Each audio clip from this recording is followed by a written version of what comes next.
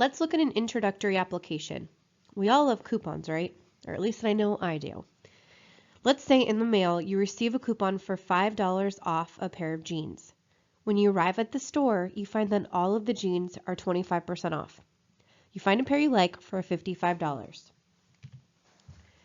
If you use the $5 off coupon first, and then you use the 25% off of the remaining amount, how much will the jeans cost? So if we use the $5 off first, we will be left with $50 for the jeans, for the cost. And now if I take 25% off, so if I take 25% off of that, I'm essentially paying 75% of the cost. So 25% off is the same thing as 75% of paying 75% of it. Now remember in math, of means multiply. So to find my total cost, again, saving 25% means you're paying only 75% of the value. So 75% of that value, which is $50, is $37.50. So the jeans will cost $37.50. Now, what if we do the opposite? What if we use the 25% off coupon first, and then use the $5 off coupon on the remaining amount? Now how much will the jeans cost? So does the order matter of how we apply these coupons? So again, taking 25% off is the same thing as paying 75% of the value. So 75% of $55 is $41.25. Now if I take that amount and I subtract my coupon of $5, I'm left with $36.25. So the jeans will cost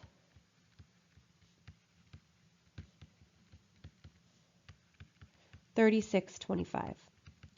What we've actually done here is you've done function composition. So in the real world, if you've ever gone shopping and you've had two different types of coupons and percentages off, or both, you end up, what you're doing is the function composition. And as you can see here, the order mattered. So if I took 25% off first, I ended up saving more money, which makes sense because when you're getting 25% off a larger amount, you're going to be saving more money in the long run. Let's continue this and kind of generalize it. So let's just say now that the jeans cost X dollars.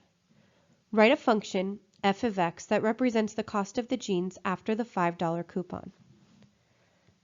So if the jeans cost $5 or X dollars, and I'm taking $5 off, then the jeans will cost X minus 5. Now write a function g of x that represents the cost of the jeans after the 25% discount. So the 25% discount means I'm paying 75% of the value. So g of x equals 0.75x. Next, write a new function r of x that represents the cost of the jeans if the 25% discount is applied first and then the $5 coupon is applied second. Using a composition of functions, we can write this in terms of f of x and g of x as follows. Okay, so r of x. So that means I'm going to be, if I'm using the 25% off discount first, that means the first thing that I'm doing is g of x. And then I'm going to take that output and I'm going to put that output in to f of x. So if we take this back to what we did in the original function, where this would have been letter B in the introductory application, the first thing that we did is we took 75% off of the $55 jeans, and then I took that value and I subtracted 5 from it. If I actually went and did this whole thing out, g of x is 7.75x. So this would be taking 75% or 25% off, or paying 75% of the value, minus 5. Now let's write a new function s of x that represents the cost of the jeans if the $5 off coupon is applied first, and then the 25% coupon is applied second.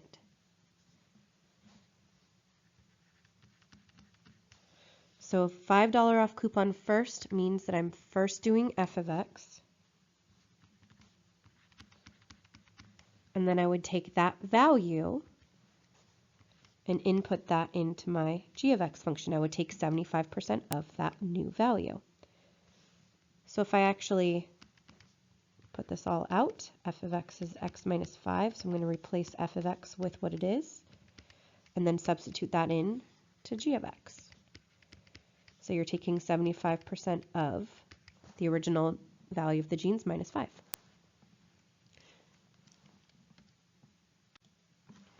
Let's define this mathematically. When the output of one function is used as the input of another, so just like in our coupon example where we used the output of the taking 25% off first, so paying 75% of the value, and then taking that output and subtracting 5 from it. We call the entire operation a composition of functions because we're combining functions. We're composing them together. The way that we write that mathematically is f composed with g. Now, this is not fog. This is not an O. It's a little open circle that's almost like, it looks very similar to the multiplication sign, except it's an open circle. And the other way that you can look at this is f, you'll see it sometimes written as f of g of x, which is f of g of x. Now just a warning, f of g does not mean f multiplied by g. It means to input the function g into the function of f. So this should be a times multiplication symbol. So f of g equals f of g of x. It does not equal f of x times g of x. Let's look at an example. Given that f of x equals 3x squared minus 5 and g of x equals 2x, evaluate the following. F of g of x. So the first thing I always write is f of g of x, just because it's a little bit easier for me to follow this. And actually, let's do g of x in green, just so that we can easily see where each of these values are going to be coming from. Okay, now just like with order of operations, you do what's inside the parentheses first. So that means I'm going to input g of x. So g of x is 2x. Now I go to my function f. And anywhere I see an x, I'm replacing it with a 2x. So I see an x right here. I get 3 times the quantity 2x squared minus 5.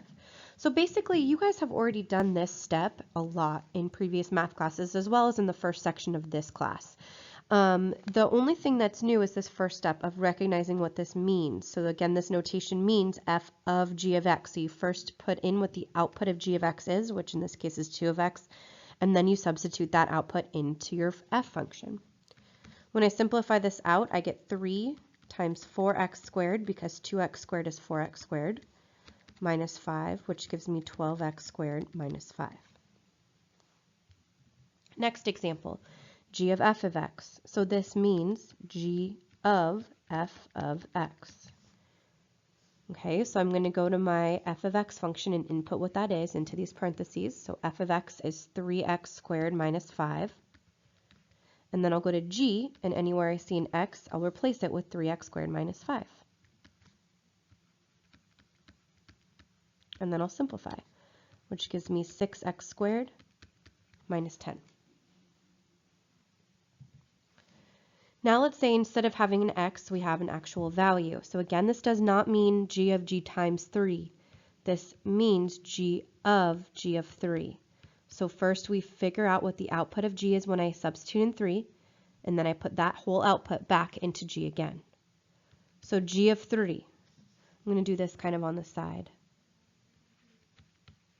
G of 3 is 2 times 3, which is 6. So that's what I will substitute back in for that part.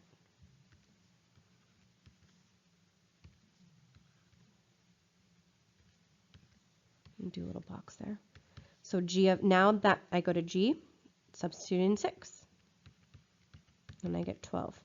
So again, it's basically like doing two problems in one. First, figure out what the inside value is, which I did right here, and then substitute that in, and then evaluate that new function.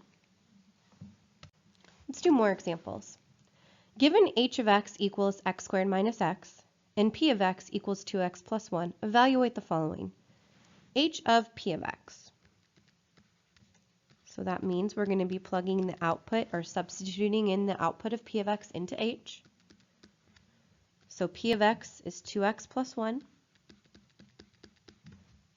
So now I go to h, and anywhere I see an x, I'm replacing it with 2x plus 1.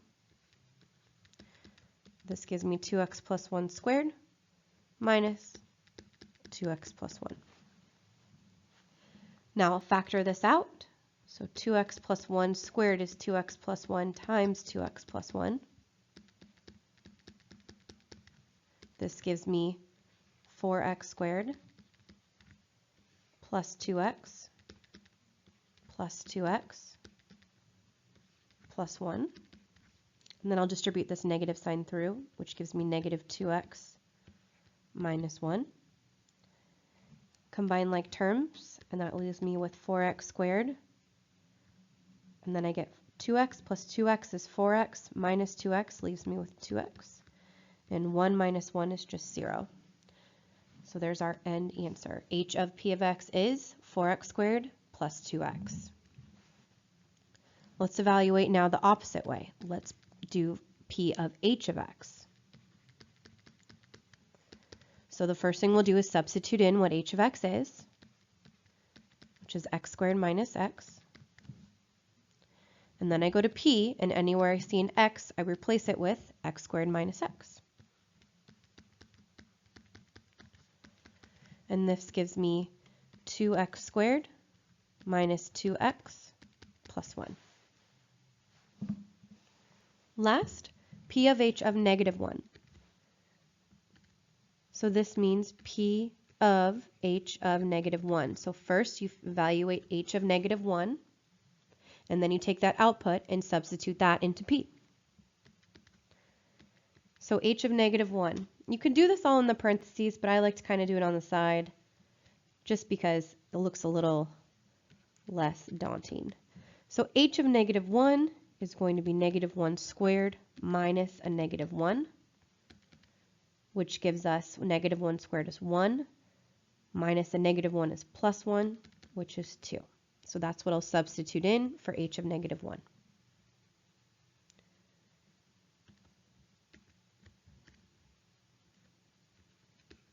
So h of negative 1 we found was 2, so I can substitute that output in, and now I'm just evaluating p at 2, which gives me 2 times 2 plus 1, which is 4 plus 1, which is 5. For more examples of composing functions algebraically, click here.